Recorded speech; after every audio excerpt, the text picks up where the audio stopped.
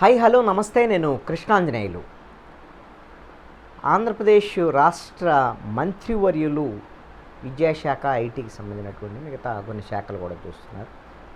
నారా లోకేష్ ఆయన యువగళం పాదయాత్ర చేసినటువంటి సందర్భంగా కొంతమంది అక్రమాలకు పాల్పడినటువంటి అధికారులు, అప్పుడు అధికారంలో ఉన్నటువంటి వైఎస్ఆర్ కాంగ్రెస్ పార్టీకి ఒత్తాసు పలికి తెలుగుదేశం పార్టీ అదేవిధంగా జనసేన కార్యకర్తలని భయకంపితులను చేసేటువంటి విధంగా, బెదిరింపులకు గురి చేసేటువంటి విధంగా అక్రమ కేసులు పెట్టినటువంటి పోలీస్ అధికారులు, అదేవిధంగా ఇతర శాఖల అధికారులు, వైఎస్ఆర్ కాంగ్రెస్ పార్టీలో ఉండేటువంటి నేతలు ఎవరైతే అక్రమాలకు పాల్పడి ఉన్నారో వాళ్ళందరి పేర్లు రెడ్ బుక్లోకి ఎక్కిస్తున్నాను, నేను రెడ్ బుక్లో రాసుకుంటున్నాను ప్రతి వాళ్ళ పేరు, రేపు అధికారంలోకి రాబోతున్నాం, మీ సంగతి తేలుస్తాం అని ఆ రోజున నారా లోకేష్ చాలా స్పష్టంగా యువగళం పాదయాత్ర సందర్భంగా కొంతమంది అధికారులని, కొంతమంది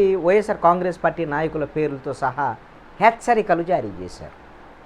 ఇప్పుడు తెలుగుదేశం, జనసేన, బీజేపీ కూటమి అధికారంలోకి వచ్చింది. ఆల్రెడీ ఆయన మంత్రి కూడా అయ్యారు. పవన్ కళ్యాణ్ డిప్యూటీ సీఎం అయ్యారు. నారా చంద్రబాబు నాయుడు ముఖ్యమంత్రిగా పాలన ప్రారంభించి ఆల్రెడీ ఒక 20 రోజులు కావస్తున్నటువంటి పరిస్థితి ఉంది.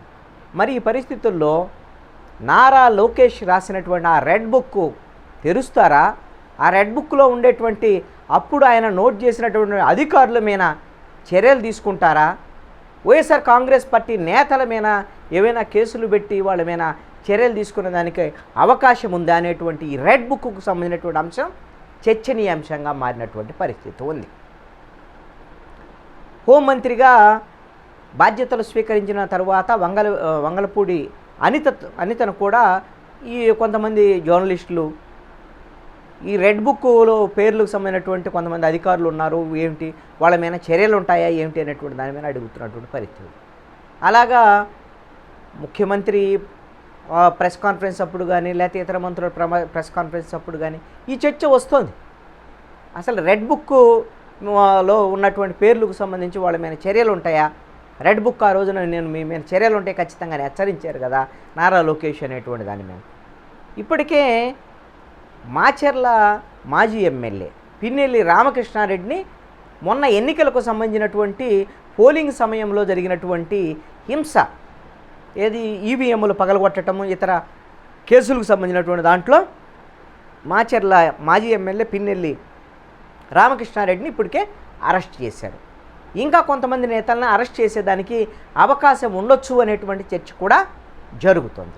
ఈ నేపథ్యంలో ఈ రెడ్ బుక్ తెరిచి కొంతమంది ఐపీఎస్ ఆఫీసర్లు, కొంతమంది ఐఏఎస్లు, కొంతమంది అప్పుడు మంత్రులుగా ఉన్నటువంటి కొడాలి నాని కానీ, పేర్ని నాని కానీ, లేకపోతే ద్వారంపూడి చంద్రశేఖర్ రెడ్డి వంటి ఎమ్మెల్యేలు, గుడివాడ అమర్నాథ్ లాంటి మంత్రులు, రోజా లాంటి మంత్రులు, ఇలాంటి వాళ్ళు ఎవరైతే నోరేసుకొని తెలుగుదేశము, జనసేన వాళ్ళ మీద తీవ్రమైనటువంటి విమర్శలు చేసినటువంటి వాళ్ళు ఉన్నారో, చంద్రబాబు నాయుడు, లోకేష్, పవన్ కళ్యాణ్ మీద తీవ్రమైనటువంటి విమర్శలు చేసినటువంటి వాళ్ళు ఉన్నారో వాళ్ళ మీద కూడా ఏవైనా సరే ఈ విధమైనటువంటి కేసులు నమోదు చేయటము, వాళ్ళ మీద ఈ రెడ్ బుక్లో ఉన్నటువంటి పేర్లు సంబంధించినటువంటి దాని మీద చర్యలు ఉంటాయి అనేటువంటి ఒక చర్చ జరుగుతుంది.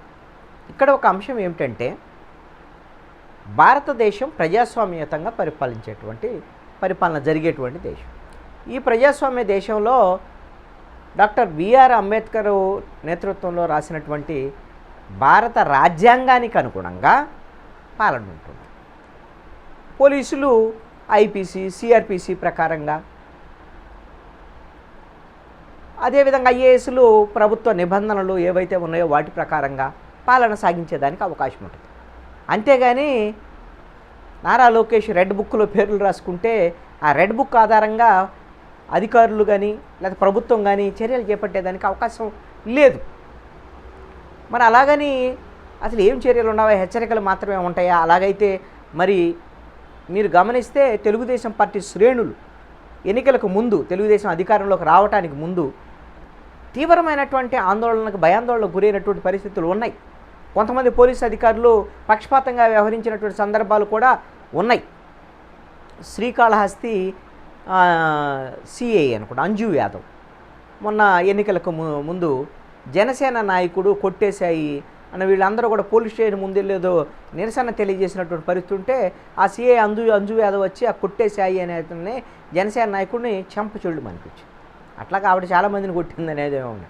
అలాగే కొంతమంది పోలీస్ అధికారులు ఇప్పుడు అంగళ్ళలో అప్పుడు మాజీ ముఖ్యమంత్రిగా ఉన్నటువంటి చంద్రబాబు నాయుడు ఎన్నికల సమయం కాదు, అన్ని రాష్ట్రానికి సంబంధించిన పర్యటన సందర్భం కొంతమంది రాళ్ళు వేసినటువంటి నేపథ్యంలో పోలీసులు పక్షపాతంగా వ్యవహరించి బాధితుల మీదే కేసులు పెట్టారని చంద్రబాబు నాయుడు మీద కూడా కేసులు పెట్టారు. అట్లాగనే మొన్న ఎన్నికల సమయంలో ఆళ్లగడ్డ ఈ ప్రాంతాల్లో కొంతమంది డిఎస్పీలు ఈ విధంగా పోలీసులు ఎస్పీలతో సహా వీళ్ళందరూ కూడా వన్ సైడ్గా వ్యవహరించి భయభ్రాంతులకు గురి చేస్తున్నారనేటువంటి దాని మీద తెలుగుదేశము జనసేన శ్రేణుల్లో ఒక మనోస్థైర్యాన్ని నింపడం కోసం ఆ రోజున నారా లోకేష్ ఈ రెడ్ బుక్ అంశాన్ని ప్రస్తావన తీసుకొచ్చారు.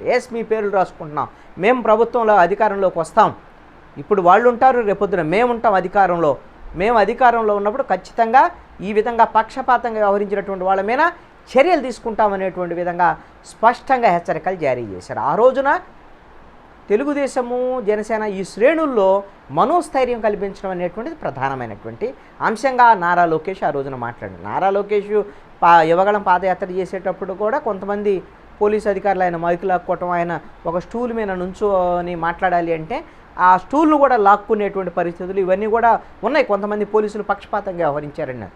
అందుకే ఈ హెచ్చరికలో ఈ రెడ్ బుక్ హెచ్చరికలు చేశారు. అయితే అధికారంలోకి వచ్చిన వెంటనే చాలా చోట్ల పెద్ద పెద్ద హోర్డింగ్స్ వెలిచాయి. రెడ్ బుక్లో ఉన్న పేర్లన్నిటి మీద చర్యలు తీసుకుంటాము, రెడ్ బుక్ అమలుకి ఇంకా సిద్ధమా అని ఏదైతే వైఎస్ఆర్ కాంగ్రెస్ పార్టీ సిద్ధం పోస్టర్లు పెద్ద పెద్ద వేశారో వీళ్ళు కూడా పెద్ద పెద్ద పోస్టర్లు వేశారు. రెడ్ బుక్కు సంబంధించినటువంటి వాటి మీద మేము చర్యలు తీసుకోవడానికి సిద్ధం అనేటువంటి విధంగా నారా లోకేష్ ఫోటో పెట్టి రెడ్ బుక్ ఫోటో పెట్టి మరి వేసినటువంటి పరిస్థితి ఉంది. అయితే ఇక్కడ ఈ విధమైనటువంటి అధికారుల మీద ఏ చర్యలు తీసుకునే దానికి అవకాశం ఉంది. కొంతమంది ఐపీఎస్ ఆఫీసర్లు పోలీసులే ఉన్నారని అనుకున్నాం. వాళ్ళకి సరైనటువంటి పోస్టింగ్ ఇవ్వకుండా నాన్ ఫోకల్ అంటే అప్రధానమైనటువంటి పోస్టులకు పంపడానికి అవకాశం ఉంది, ట్రాన్స్ఫర్ చేయడానికి. ఎలాగూ ఎవరు ప్రభుత్వం వచ్చినప్పుడు వాళ్ళకు అనుకూలమైనటువంటి అధికారుల్ని కీలకమైనటువంటి స్థానాల్లో నియమించుకోవటం, వాళ్ళకు అనుకూలంగా లేనటువంటి వాళ్ళని అప్రధానమైనటువంటి పోస్టులకు ట్రాన్స్ఫర్ చేయటం అనేది సర్వసాధారణమైనటువంటి విషయం. అంతే తప్ప వాళ్ళ మీద చర్యలు తీసుకోవడానికి ఒకవేళ శాఖాపరమైన చర్యలు తీసుకోవాలి అని అంటే వాళ్ళు ఏదైనా తప్పులు చేశారా ఏంటి అనేటువంటి దాని మీద వాళ్ళ మీద ఖచ్చితమైనటువంటి ఆధారాలు ఉంటే శాఖాపరమైనటువంటి చర్యలకు కూడా వెళ్ళేదానికి అవకాశాలు ఉండొచ్చు. అంటే గతంలో ఆల్రెడీ తెలుగుదేశం వాళ్ళు బాధితులుగా కేసులు పెట్టినటువంటి సందర్భంలో అప్పుడు పోలీసులు కేసులు నమోదు చేసి ఉంటే అప్పుడు పోలీసులు గిన దాని మీద సరైన దర్యాప్తు జరపకుండా అప్పుడు నిందితులుగా ఉండేటువంటి వాళ్ళని, అదేవిధంగా పోలీసులు ఎవరైనా బాధ్యులుగా ఉంటే వాళ్ళ మీద చర్యలు తీసుకోకుండా ఉంటే ఇప్పుడు అధికారంలోకి వచ్చారు కాబట్టి వాళ్ళ మీద ఆ విధంగా చర్యలు తీసుకునే దానికి అవకాశాలు ఉండొచ్చు. అంతేగాని రెడ్ బుక్లో ఉన్నారు కాబట్టి వాళ్ళందరినీ మేము సస్పెండ్ చేస్తాం, మేము చర్యలు తీసుకుంటాం అంటే కుదిరే పని కాదు. అదేవిధంగా మంత్రులకు సంబంధించినటువంటి విషయంలో ఇప్పుడు కొడాలని, పేరునాని లేదా మాజీ మంత్రులు ఉన్నటువంటి వాళ్ళ మీద చర్యలకు సంబంధించినటువంటి విషయంలో ఒక అంశాన్ని కనుక మనం గమనిస్తే వాళ్ళ మీద ఏదో సిల్లీ కేసులు పెట్టడం వల్ల పెద్ద ప్రయోజనం ఉండదు. ఎందుకోసమేనంటే చిన్న చిన్న కేసులు పెడితే ఏమవుతుంది, ఏదో పోలీసులు కేసులు ఎఫ్ఐఆర్ కడతారు గవర్నమెంట్ చెప్పింది కాబట్టి, లేకపోతే కూడా దాంట్లో అరెస్ట్ చేసిన ఊరికి బెయిల్ వచ్చేదానికి అవకాశం ఉంది. కాబట్టి అప్పుడు ప్రభుత్వానికి సంబంధించినటువంటి దాంట్లో మంత్రులు, ఇతర అధికారులు, ఉన్నత అధికారులు ఎవరైనా తప్పులు చేసి ఉంటే ఇప్పుడు ఎలాగూ పోలవరం వైట్ పేపరు రిలీజ్ చేశారు, అదేవిధంగా సాగునీటి ప్రాజెక్టుల మీద వైట్ పేపర్ రిలీజ్ చేస్తూ ఉంటున్నారు, గంజాయి మీద చర్యలు ఉంటాయని అంటున్నారు, అదేవిధంగా మద్యము, మైన్స్, ఇసుక ఈ అక్రమాలకు సంబంధించినటువంటి విషయంలో మంత్రులు ఎవరు అక్రమాలకు పాల్పడ్డారు ఏంటి అనేటువంటి దాని మీద అప్పుడు మంత్రులు దానికి సంబంధించినటువంటి ఆధారాలను తీసుకొని అదేవిధంగా వాళ్ళ మీద అక్రమాలకు సంబంధించిన ఆధారాలతో సహా మంత్రుల మీద అప్పుడు అధికారులు ఎవరైనా బాధ్యులు ఉంటే వాళ్ళ మీద ఖచ్చితంగా కేసులు నమోదు చేసి ఆధారాలతో సహా కోర్టు ముందు నిలబెడితే అప్పుడు ప్రజాధనం దుర్వినియోగమైనటువంటి దానికి సంబంధించినటువంటి విషయంలో కొంత ప్రజలు సంతృప్తి చెందేదానికి అవకాశం ఉంటుంది. లేదు అంటే అప్పుడు కొంతమంది తిట్టారు కదా, లేకపోతే ఇంకొక ఇది చేశారు కదా అనేటువంటి దాని మీద వాళ్ళ మీద అక్రమ కేసులు 1-2 చిన్న చిత్తగా పెడితే వీటిని మేము మా మీద కక్ష సాధింపని వైఎస్ఆర్ కాంగ్రెస్ పార్టీ గొడవ చేసేదానికి అవకాశం ఉంటుంది. ప్రజలు కూడా వీటిని అట్లా సిల్లీ కేసులు అవి పెడితే ఆమోదించేదానికి కూడా అవకాశం లేదు. ఈ విధంగా ప్రతిపక్షాల మీద అక్రమ కేసులు పెట్టడం, వేధించటము, వాళ్ళని జైళ్ళకు పంపటం, అచ్చెన్నాయుడు అదేవిధంగా కొల్లు రవీంద్ర, చంద్రబాబు నాయుడు మీద కూడా అక్రమంగా కేసులు పెట్టారనే కదా తెలుగుదేశం జనసేన వీళ్ళు ఆరోపణ చేసింది. ప్రజలు కూడా వైఎస్ఆర్ కాంగ్రెస్ పార్టీ ఈ విధంగా కక్ష సాధింపుకు పాల్పడింది అనేటువంటి నిర్ణయానికి వచ్చే నేపథ్యంలోనూ ప్రజలు ఈ తీర్పు ఇచ్చినటువంటి పరిస్థితి. కాబట్టి తెలుగుదేశం జనసేన బీజేపీ కూటమి కూడా ఖచ్చితంగా ఈ విధమైనటువంటి కక్ష సాధింపు వైపు వెళ్తుంది అనేటువంటి చర్చ కూడా ప్రజల్లోకి రాకుండా, అలాంటి అభిప్రాయం రాకుండా చూసుకోవాల్సిన బాధ్యత అయితే మాత్రం ఈ ప్రభుత్వమే ఉంటుంది.